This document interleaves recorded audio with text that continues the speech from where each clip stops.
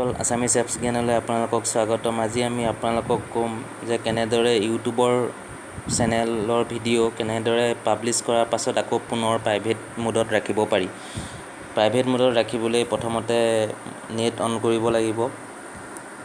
Net on হোৱাৰ পাছত Chrome ব্ৰাউজাৰলৈ যাব লাগিব। ক্ৰোম ব্ৰাউজাৰত লিখিব লাগিব www.youtube.com।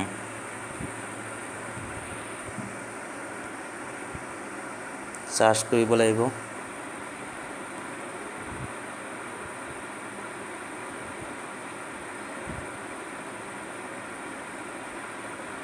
সাৰ্চ হোৱাৰ পাছত ডেস্কটপ মোডলৈ নিব লাগিব। ৰিকুৱেষ্ট টু ডেস্কটপ সাইট তাত ক্লিক কৰিব লাগিব।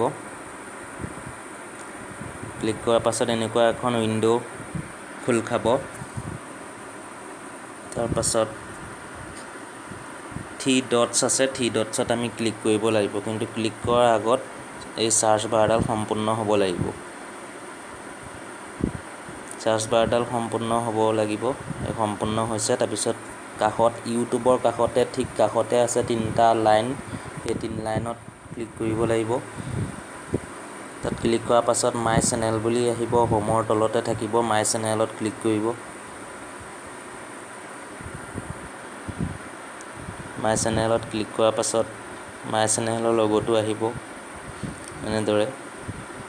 তাৰপিছত ভিডিঅ' মেনেজাৰত ক্লিক কৰিব লাগিব।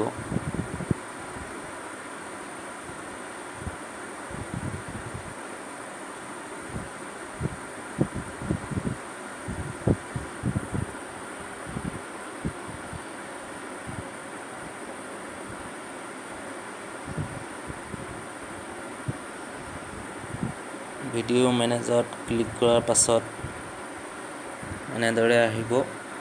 আৰু অহাৰ পাছত যিকোনো এটা আপোনালোকে প্ৰাইভেট মোডত ৰাখিব বিচাৰিছে যিকোনো এটা সিলেক্ট কৰিব লাগিব। সিলেক্ট কৰিবলৈ হ'লে এডিটত ক্লিক কৰিব লাগিব। মই 2nd নম্বৰ ভিডিঅ'টো লৈছোঁ। তাত এডিট বুলি এটা অপশ্যন আছে, এডিটত ক্লিক কৰিছোঁ।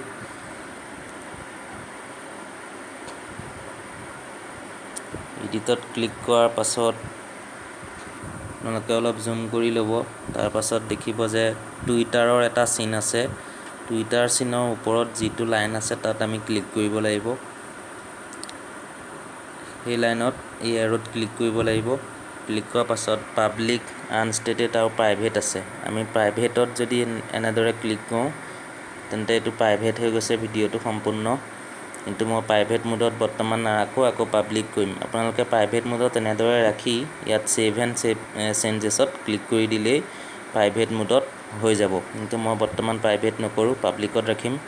গতিকে আপোনালোকে এনেদৰে নিজৰ চেনেলৰ ভিডিঅ' প্ৰাইভেট মোডত ৰাখিব পাৰিব। আজিলৈ এইখিনিয়ে আছিল। নমস্কাৰ, ধন্যবাদ, থেংক ইউ।